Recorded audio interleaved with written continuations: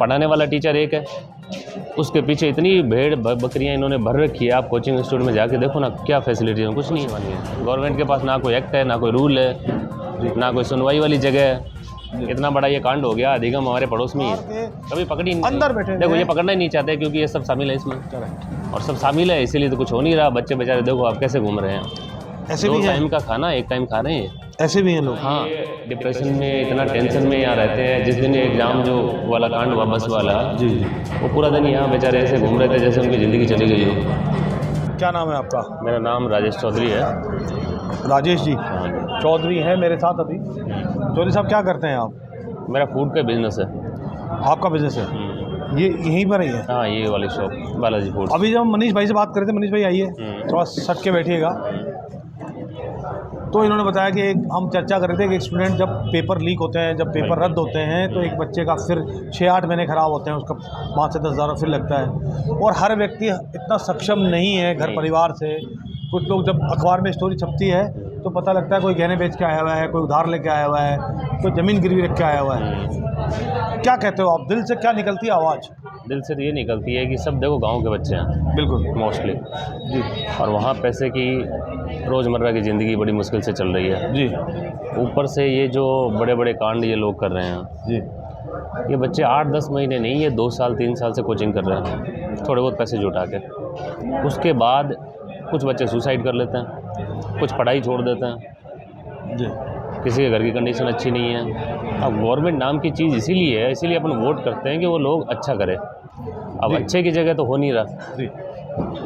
तो एक मैंने जब पिछले समय कार्यक्रम किया था तो मैंने एक मुद्दा अपने आप से उठाया था कि इस भ्रष्ट तंत्र में से गुजर कर जब 3-3 4-4 बार एग्ज़ाम रद्द होते हैं, कुछ लोग रिश्वत से, कुछ लोग सेटिंग से एग्ज़ाम पास करके लग जाते हैं, तो इस भ्रष्ट तंत्र से जब कोई स्टूडेंट नौकरी लगता है ना, वो भ्रष्ट अधिकारी बनता है या भ्रष्ट कर्मचारी बनता है, बनेगा, क्योंकि उसने यातनाएं इतने पीड़ा देख ली है, पहले जेल लिया ना। ये हाँ। चीज़ें उसने ज़िंदगी में देखी है, और कौन सी एज में देखी है, जब वो इनके लिए कैपेबल होने की ट्राई कर रहा था। जी, जब उसकी एक फॉर्मेटिव एज है, जब सीखने की उम्र है। हाँ। उस टाइम पर ये चीज़ें उसने देखी है, तो बाद में जैसे ये लोग पैसे लपेट रहे हैं ना, तो वैसे वो सीखेगा। अच्छा, जो ये जो कोचिंग हब में हम बैठे हुए हैं, यहाँ पर हम गोपालपुरा बाईपास पर हम हैं अभी, रिद्धि सिद्धि चौराहे के पास में। आप यहाँ कब से हैं? मुझे 20 साल हो गए। तो आपसे बेहतर जगह कोई नहीं जानता। 20 साल। क्या आप भी एग्ज़ाम देने आए हुए थे? नहीं, मैं बिजनेस करने आया था। बिजनेस करने आए थे। इन कोचिंगों के माध्यम से बच्चों की नौकरियां लग रही हैं, उनका भला हो रहा है, क्या मानते हैं? नहीं हो रहा। ईमानदारी से क्या काला सच है इन कोचिंग का? सच ये है कि इनके पास खूब पैसे हैं जी, और इतने पैसे हैं इनके पास, ये सेंटर खरीद लेते हैं जी, कि पेपर खरीद लेते हैं जी। ज़रूरतमंद का तो नंबर ही नहीं आता। कितने कोचिंग होंगे यहाँ पे? कोटा के बाद अगर राजस्थान में कोई कोचिंग का बेस्ट प्लेस है तो जयपुर है जी। और सबसे बड़ा स्टार्टअप यही है रिद्धि सिद्धि। कितने कोचिंग होंगे नंबर ऑफ अंदाजन? यहाँ पे 1 से 1.5 लाख बच्चे बताए जाते हैं। बच्चे 1 से 1.5 लाख बच्चे यहाँ हैं। और नंबर ऑफ कोचिंग्स कितने हैं, इंस्टीट्यूट्स कितने हैं? कम से कम 200-250 तो यही है अपने 2 किलोमीटर के रेडिएशन में। 200-250 इंस्टीट्यूट रेडिएशन में है, 2 किलोमीटर के रेडिएशन। जयपुर में मिलाएं तो बहुत ज़्यादा हो जाता है। जयपुर में तो बहुत है। इनका काला सच क्या है वास्तव में? ये अभी ये जितनी अखबारें फोटो आती है कि ये सेलेक्ट हो गया, RAS बन गए होंगे, कितना सत्य है? नहीं। देखो, एक कोचिंग में अगर 10,000 बच्चे हैं तो 10,000 में एक बच्चा तो लगता ही है।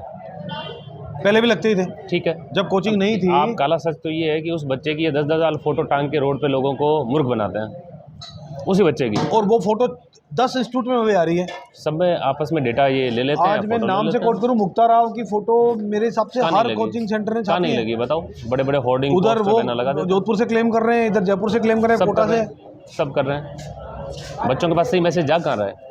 यहाँ आके एक्चुअल में बच्चे तो गुमराही हो रहे हैं ना। गुमराही हो रहे हैं। पढ़ाने वाला टीचर एक है, उसके पीछे इतनी भेड़ बकरियां इन्होंने भर रखी है। आप कोचिंग इंस्टीट्यूट में जाके देखो ना, क्या फैसिलिटी है, कुछ नहीं है। तो कोई इंस्टीट्यूट या कोई संस्थान तो सही होगा जो सेवा करने का काम नहीं कर रहा। यहाँ तो कोई सेवा नहीं है, यहाँ तो अपना घर भर रहे हैं, कोई सेवा नहीं है। गवर्नमेंट के पास ना कोई एक्ट है, ना कोई रूल है, ना कोई सुनवाई वाली जगह है।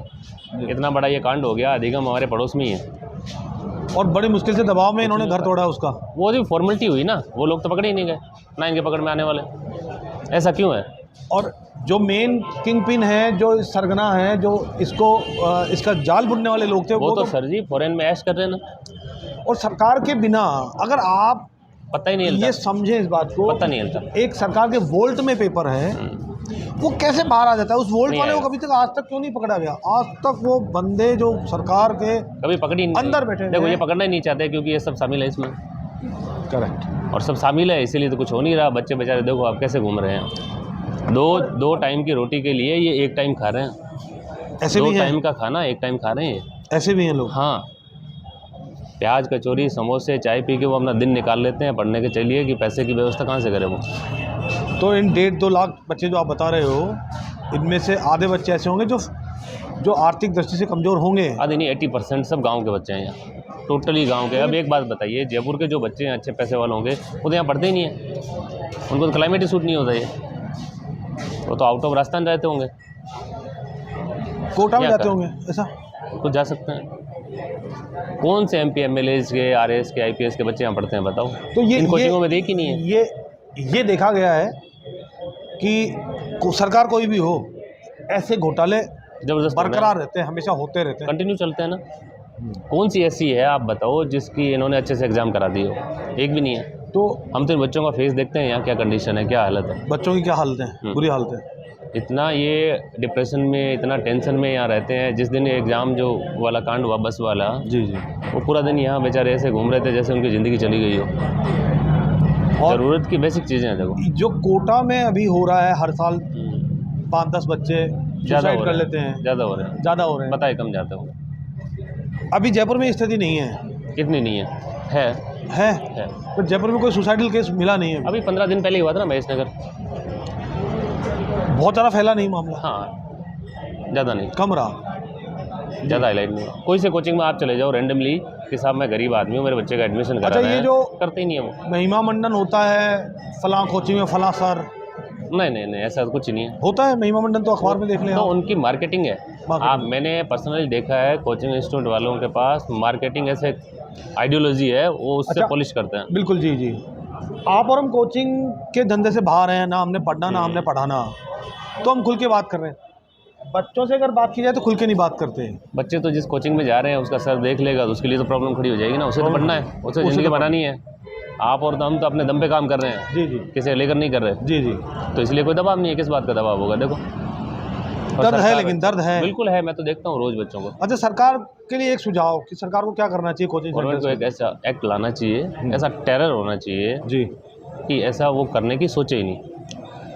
एक बात, इनका देखो फ्यूचर सिक्योर हो, अदरवाइज तो नहीं हो सकता। अच्छा, हमारा जो कोचिंग में आने वाला बच्चा है, अंतिम बात करें फिर विराम लेंगे।